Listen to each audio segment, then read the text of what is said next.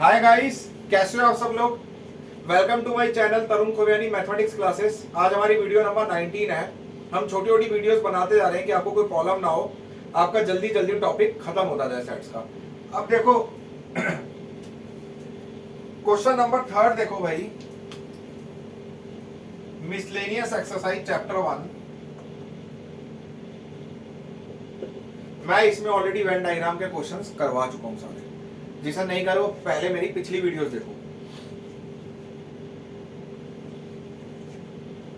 मैं मेन यहाँ पे लिख रहा हूं कि जिसके पास एनसीईआरटी है वो तो एनसीईआरटी खोल लो, अदरवाइज जिसके पास नहीं है वो देखो यहाँ पे। Let A B C be the sets such that A union B is equal to A union C and A intersection B is equal to A intersection C. Okay, ये चीज हमारे को दोनों चीज गिवन है, क्वेश्चन में दी हुई है। मुझे शो करना है B is equal to C. देखो क्वेश्चन में बोला है एबीसी 3 सेट है, एबीसी 3 सेट है, A union B A union C equal है मेरे पास। मुझे ए इंटरसेक्शन बी और ए इंटरसेक्शन सी भी इक्वल है। मुझे लेके आना है बी और सी इक्वल हो, ठीक है। तो ऐसे वाले क्वेश्चन में अप्लाई होगा distributive law.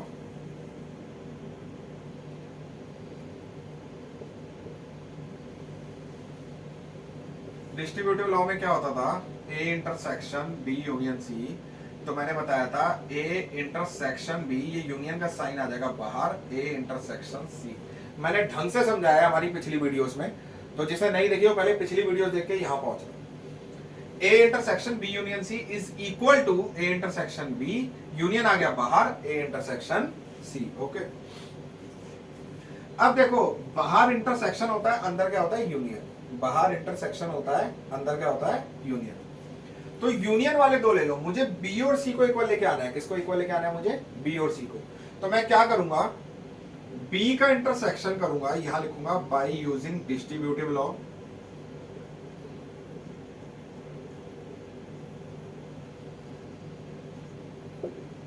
By using distributive law मैं बी का इंटरसेक्शन करूंगा ए यूनियन बी से, और बी का ही इंटरसेक्शन करूंगा ए यूनियन सी से। जिसको मुझे प्रूव करना है ना, मैं उसी का इंटरसेक्शन करूंगा यूनियन वाले के साथ। जिसको भी मुझे प्रूव करना है, मुझे बी और सी को एक बार लेके आना है। पहले मैं एक बार ऐसे बी लिखूंगा फिर सी लिखूंगा, मतलब मुझे जिसको भी इक्वल प्रूव करना है मैं उसी का इंटरसेक्शन करूंगा यूनियन वाले के साथ। अब देखो बहुत ही एक सिंपल सी चीज है, B intersection A union B, बाहर भी बी है अंदर भी एक बी है, दो सेट सेम हो गए। दोबारा बोल रहा हूं कैसे, बाहर भी एक बी है अंदर भी एक बी है, तो क्या आएगा, वो डायरेक्ट बी आ जाएगा। अगर तीन में से दो सेट सेम हो तो सेम सेट वापस आता है। दोबारा बोल रहा हूं, तीन सेट कैसे, एक फर्स्ट सेट बी है, सेकंड सेट ए है, थर्ड सेट फिर बी है। तीन में से दो सेट सेम है तो बी वापस आता है। पूछो कैसे, देखो ठीक है, डेमो दे रहा हूं कैसे। सपोज करो कोई भी एग्जांपल ले लो जो आपको अच्छा लगे। ए ले लो 1 2, बी ले लो 1 2 3, ठीक है। तो ए यूनियन बी निकालो भाई। यूनियन में सारे एलिमेंट आते हैं बट जो कॉमन होते हैं वो सिर्फ एक ही बार आते हैं। 1 2 लिख दिए ए के सारे। अब 1 2 कॉमन है, एक बार आ गया 3। अब बी का इंटरसेक्शन करो इसके साथ। 1 2 3 का इंटरसेक्शन करूंगा जब इसके साथ तो 1 2 3 आएगा।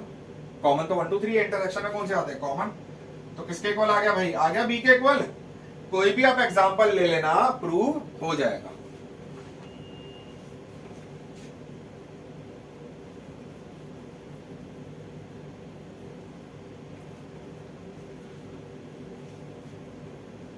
ठीक है, बस ये ध्यान रखना, तीन में से दो सेट अगर सेम है तो सेम सेट वापस आ जाएगा। तीन सेट मतलब ये first set B, second set A, third set B. तीन में से दो सेट सेम है, बी और बी, तो सेम सेट वापस आ जाएगा। टेंशन लेने की कोई दिक्कत नहीं, खत्म। ये हो गया बी।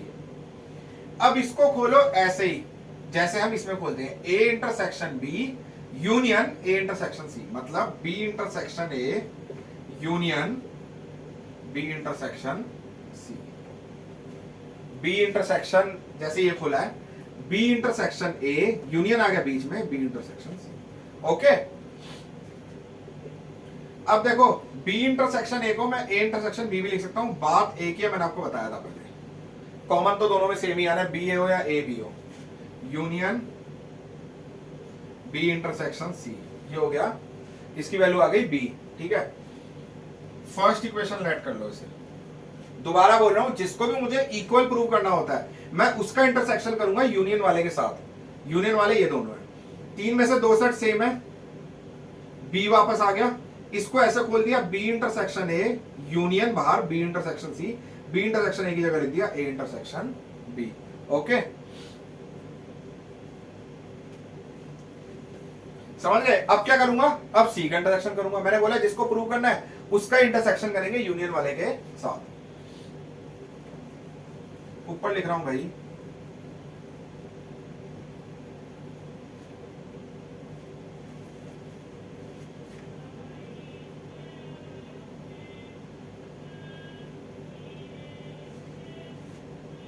देखो अब यहां लिख रहा हूं, देखो सिमिलरली, सिमिलरली मतलब इसी तरीके से, C intersection same A union B is equal to C intersection A union C, again तीन में से दो सेट सेम है, C A C, first second third C same है, तो सी आ गया, मल्टीप्लाई करो, मतलब मल्टीप्लाई ऐसे खोलो, A intersection B union A intersection C, मतलब C intersection A union C intersection B, okay. अब हमारे पास क्वेश्चन में ए इंटरसेक्शन बी और ए इंटरसेक्शन सी इक्वल था, ओके। अब देखो सी इंटरसेक्शन ए को मैं लिख सकता हूं ए इंटरसेक्शन सी, और सी इंटरसेक्शन बी को क्या लिख सकता हूं बी इंटरसेक्शन सी, बात एक ही है। ए इंटरसेक्शन सी किसके इक्वल है, ए इंटरसेक्शन बी के,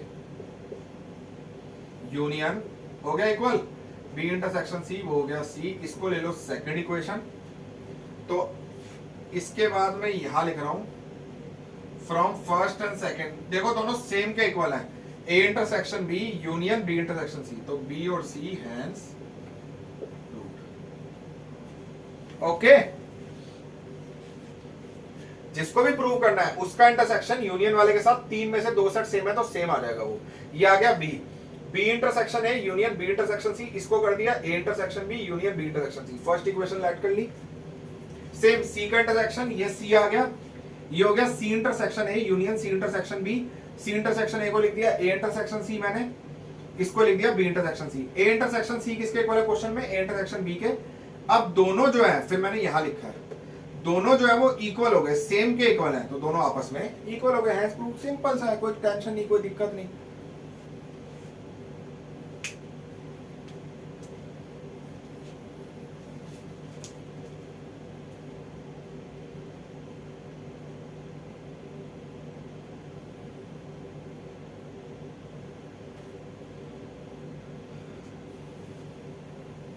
ओके भाई,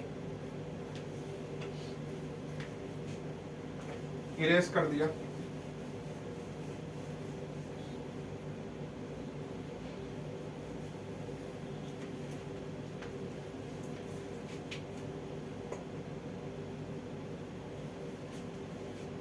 अब देखो भाई क्वेश्चन नंबर 4,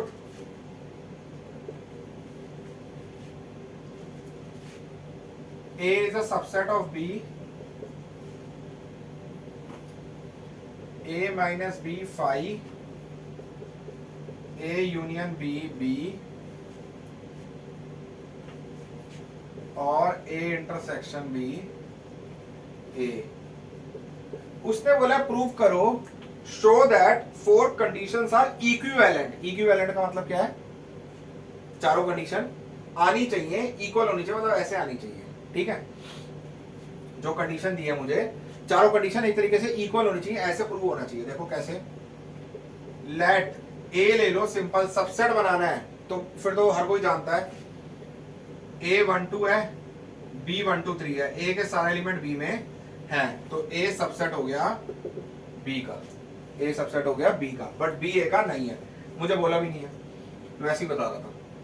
ए माइनस बी क्या आएगा भाई, माइनस में क्या आते हैं, बी वाले एलिमेंट माइनस कर दो, 1 भी माइनस हो गया, 1 भी है बी में, 2 भी माइनस हो गया, क्या बचा है में? कुछ बचा ही नहीं, 5। ए यूनियन बी क्या आएगा?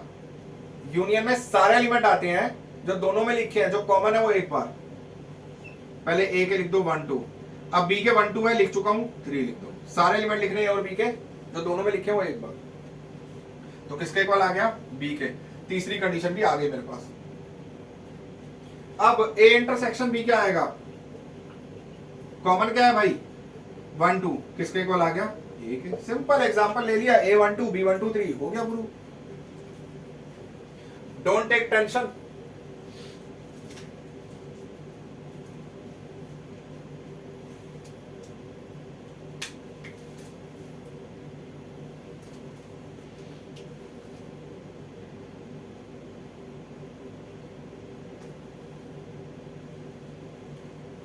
ठीक है जी।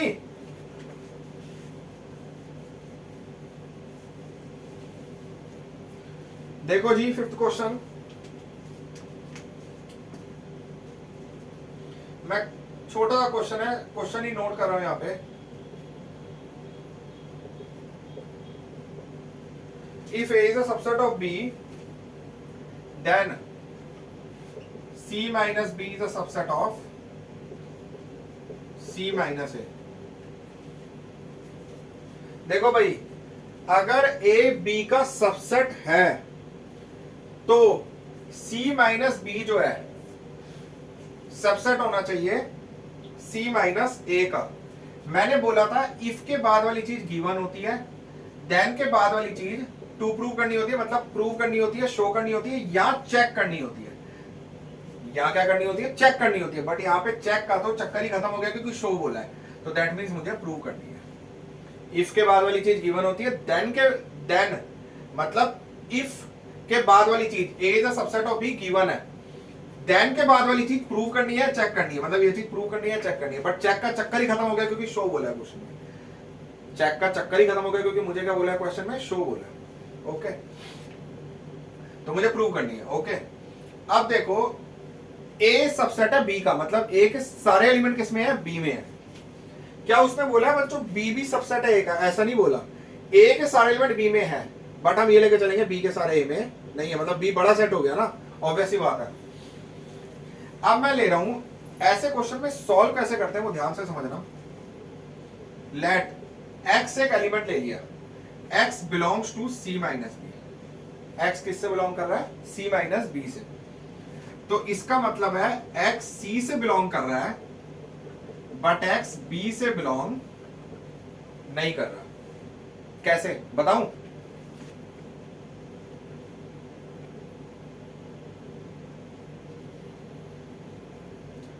सी माइनस बी का मतलब क्या है?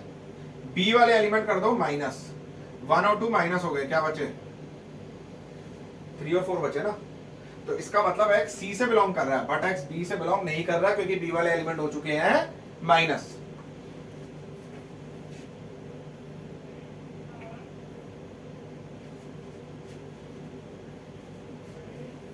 ठीक है, X belongs to C but X doesn't belongs to B, B से बिलोंग नहीं कर रहा। तो यहां पे बोलूंगा A is a subset of B. A क्या है? बी का सबसेट है। ए के सारे एलिमेंट बी में है, अगर एक्स बी से बिलोंग नहीं कर रहा तो एक्स ए से भी बिलोंग नहीं करेगा। Therefore x doesn't belongs to A। x जो है वो A से भी बिलोंग नहीं करेगा।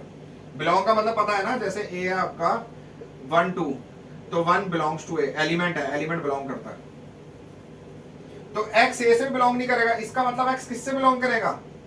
C माइनस A से, क्योंकि A वाले एलिमेंट इसमें माइनस ऑलरेडी हो चुके हैं। अब x अगर C माइनस B से भी बिलोंग कर रहा है, C माइनस A से भी बिलोंग कर रहा है, तो सोच के देखो C माइनस बी सबसेट हो गया C माइनस A का। So first and second C minus B is a subset of C minus A। Hence देखो ना, जैसे A है 1 2, B है 1 2 3, 1 A से बिलोंग कर रहा है, 1 B से बिलोंग कर रहा है, तो इसका मतलब क्या है? A सबसेट है B का। सिंपल। इसका मतलब क्या है? A सबसेट है B का।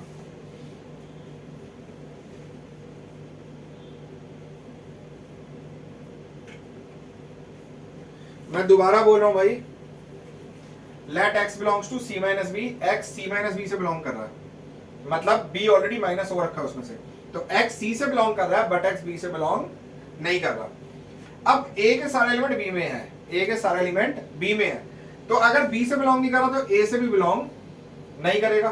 तो x किससे बिलोंग करेगा? c माइनस a से। जब a से बिलोंग नहीं कर रहा तो c माइनस a से बिलोंग करेगा। अगर x एक एलिमेंट एक सेट से बिलोंग कर रहा है और एक वही एलिमेंट दूसरे सेट से बिलोंग कर रहा है, अगर एक एलिमेंट पहले सेट से बिलोंग कर रहा है, वही एलिमेंट दूसरे सेट से बिलोंग कर रहा है, तो पहला सेट दूसरे का सबसेट हो गया। मतलब x बिलोंग कर रहा है c माइनस b से, x बिलोंग कर रहा है c माइनस a से, तो therefore c minus b is the subset of c minus a, hence proved. इसके आने के चांसेस होते हैं, ये 2 मार्कर क्वेश्चन है, वह तो टीचर के ऊपर होता, 3 मार्कर भी दे दिया कुछ भी दे, लेकिन मैक्सिमम 2 मार्कर में आता है, सेलेक्टेड क्वेश्चन है, ध्यान रखना।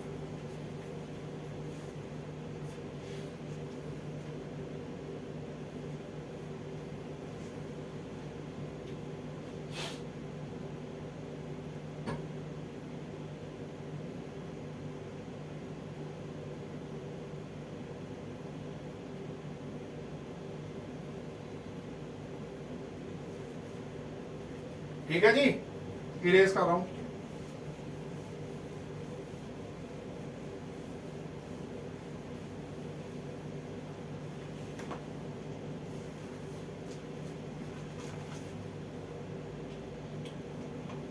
देखो मैंने आपको थर्ड क्वेश्चन कराया था डिस्ट्रीब्यूटिव लॉ वाला, मैं एक बारी 11 क्वेश्चन भी करवा देता हूं क्योंकि वो भी डिस्ट्रीब्यूटिव लॉ का है, तो ध्यान से देखना।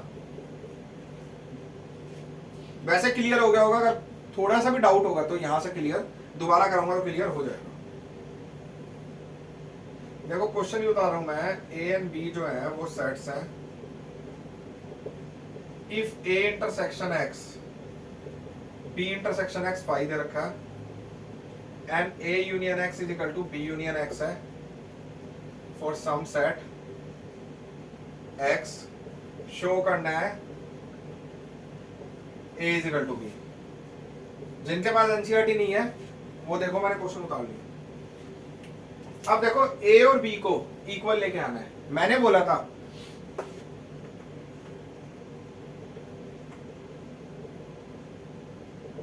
डिस्ट्रीब्यूटिव लॉ वाले क्वेश्चन की पहचान क्या है भाई, इसमें हमें यूनियन और इंटरसेक्शन दोनों गिवन होता है। डिस्ट्रीब्यूटिव लॉ वाले क्वेश्चन की पहचान क्या है भाई, इसमें हमें यूनियन और इंटरसेक्शन दोनों गिवन होता है। देख लो दोनों गिवन है, यूनियन में इंटरसेक्शन। अब जिसको प्रूव करना है, मैं दोबारा लॉ लिख रहा हूं, A intersection B union C that will be equal to A intersection B union A intersection C, यही था ना, A intersection B union C that will be equal to A intersection B union A intersection C। अब देखो जिसको prove करना है, A का intersection किसके साथ, यूनियन वाले के, A यूनियन X के साथ, A का इंटरसेक्शन B यूनियन X के साथ। अब देखो तीन में से दो सेट सेम है, A X, first set, second set, third set. First और सेकंड A और A सेम है, तो ये आ जाएगा आपका A। इसको खोल दो, A intersection B union A intersection X। A intersection X क्या है भाई, phi. A intersection B union phi, मैंने पिछली वीडियो में बताया था अगर किसी सेट का यूनियन करूंगा फाई से तो सेम सेट आता है, क्योंकि यूनियन में सारे एलिमेंट आते हैं। फाई हो गया एम्प्टी सेट, तो बस सेम ही आ जाएगा। ये फाई में तो एलिमेंट ही नहीं है ना, अगर A12 है, B एम्प्टी सेट है, फाई है, तो जब यूनियन करूंगा A यूनियन B मतलब A यूनियन फाई, तो A ही आएगा। वैसे ही A इंटरसेक्शन B आ गया। अगर ध्यान रखना, अगर A इंटरसेक्शन B के इक्वल है, सो A जो होगा वो सबसेट होगा B का। A क्या होगा, B का सबसेट होगा। A क्या होगा, B का सबसेट होगा। दिखाता हूं कैसे। A है 1 2, B है 1 2 3।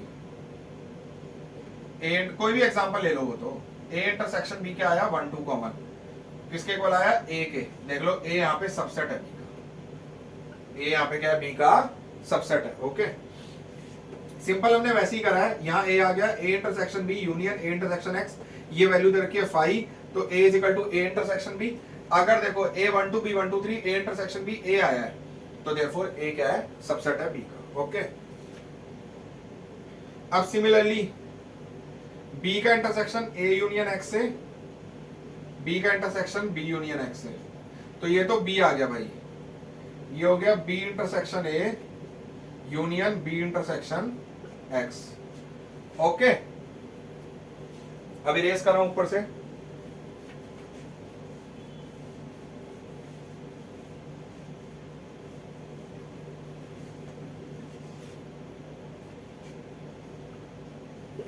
देखो, तो बी इंटरसेक्शन ए को मैं ए इंटरसेक्शन बी लिख सकता हूं। बी इंटरसेक्शन एक्स क्या था क्वेश्चन में, देख लो 5 था। ए इंटरसेक्शन एक्स और बी इंटरसेक्शन एक्स दोनों 5 थे, तो ये हो गया 5। तो बी किसके इक्वल आ गया, ए इंटरसेक्शन बी के। अगर इंटरसेक्शन के इक्वल आ गया बी, इसका मतलब बी छोटा सेट है।